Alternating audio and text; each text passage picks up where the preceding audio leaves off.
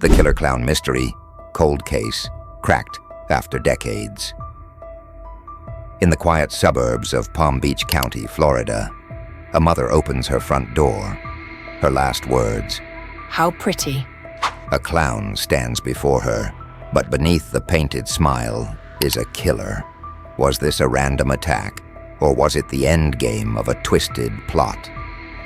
Do you believe in coincidences, or is there always a deeper plan? Let us know what you think as we unravel the truth. Marlene Warren was born in 1950 in a small town in Michigan.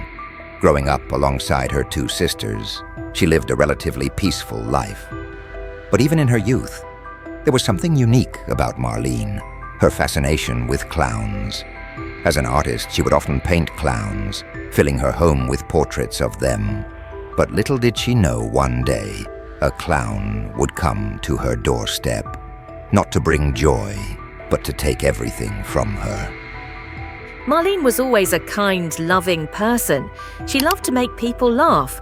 She was the last person you'd ever expect to be caught in a tragedy like this. Marlene's life took a major turn when she married young and had two sons, John and Joseph.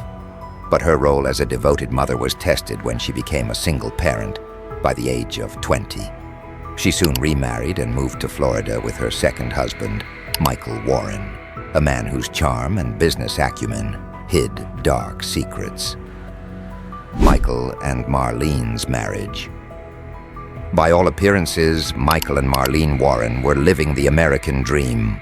They owned over 20 properties and a successful car business called Bargain Motors. But behind the luxury homes and expensive cars, their marriage was crumbling. Marlene had grown suspicious of her husband's secretive behavior, suspecting him of infidelity, and she was right.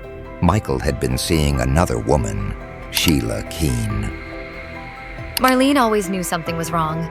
She used to say, "If anything ever happens to me, Michael will be the one behind it." I never thought it would actually come true. Despite the facade of wealth and success, Marlene lived in constant fear. Her suspicions grew as Michael became more distant, especially after the tragic death of their eldest son in a car accident. It was during this dark time that Marlene confided in her son Joseph about her greatest fear, that Michael would one day kill her.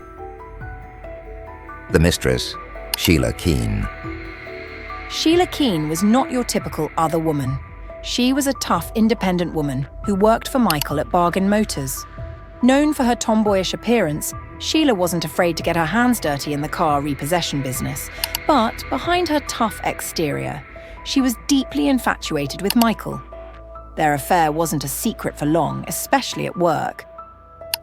Everyone at work knew Sheila was crazy about Michael, and she wasn't afraid to show it. The way she looked at him, you could just tell.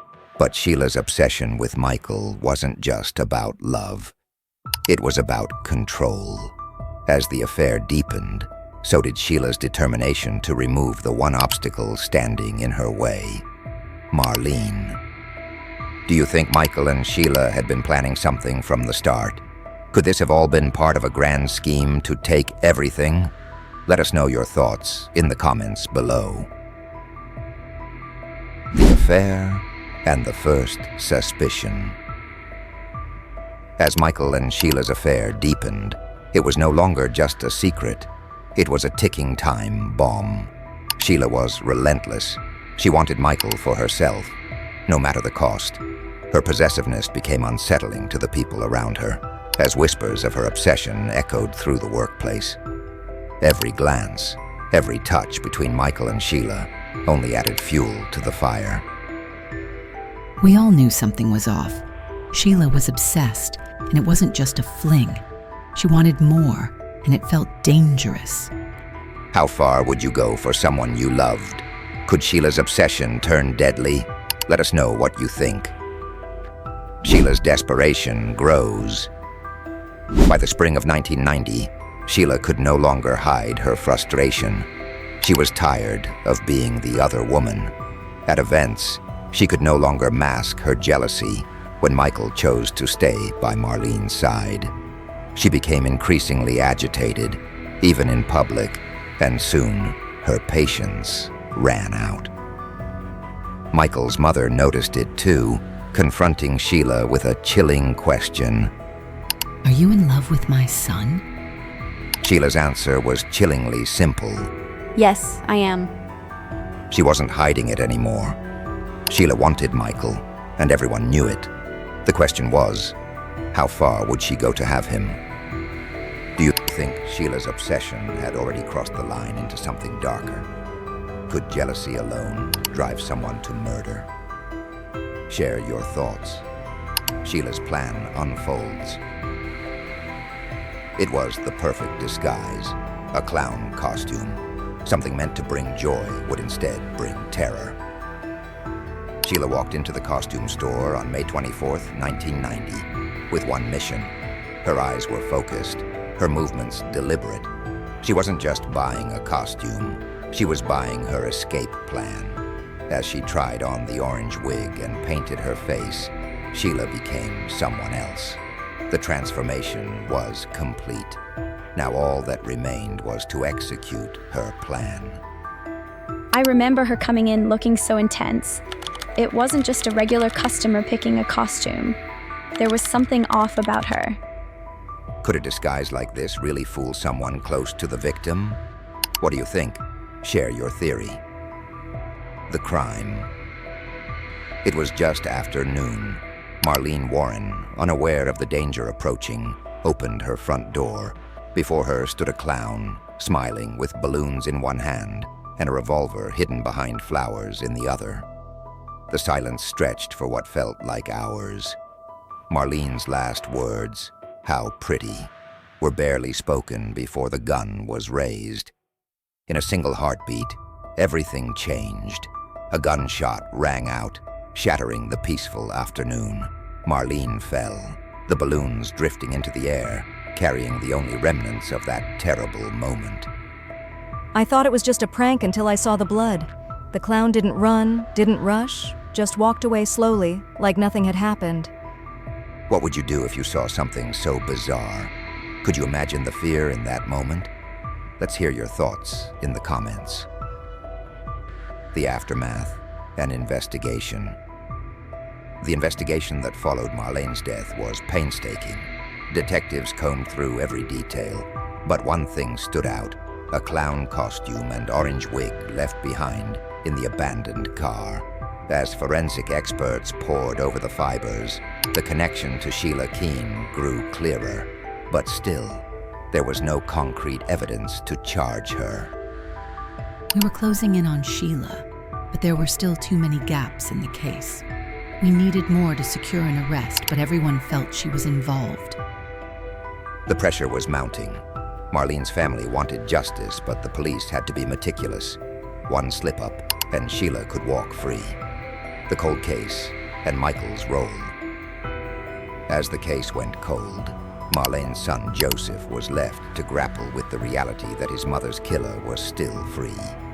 He had promised her justice, but every lead went nowhere.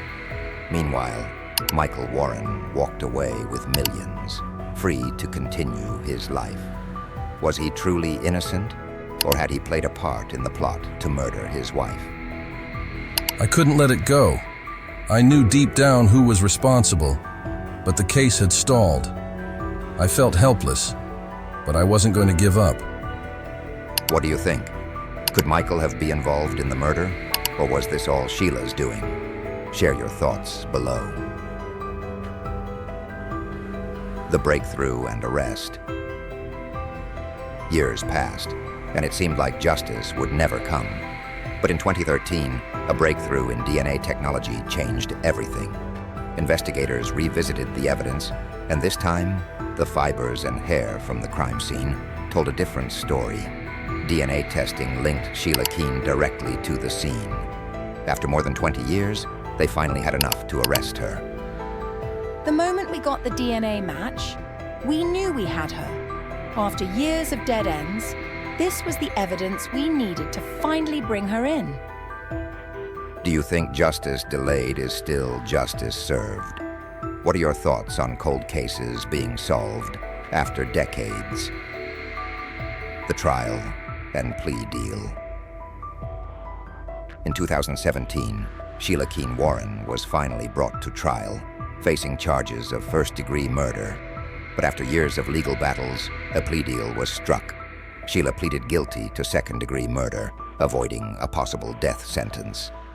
For Marlene's son, Joseph, the deal was bittersweet. He had waited decades for justice, but even in court, Sheila showed no remorse. All I ever wanted was for her to admit what she did. But even now, after all these years, I don't think she feels any guilt. What would you do in Joseph's situation? Do you think Sheila's sentence was fair? Share your thoughts below. What are your thoughts on how this case unfolded? Do you think cold cases should always be reopened, even after decades? Share your thoughts, and don't forget to subscribe to our channel, True Crime Chronicles, for more true crime stories.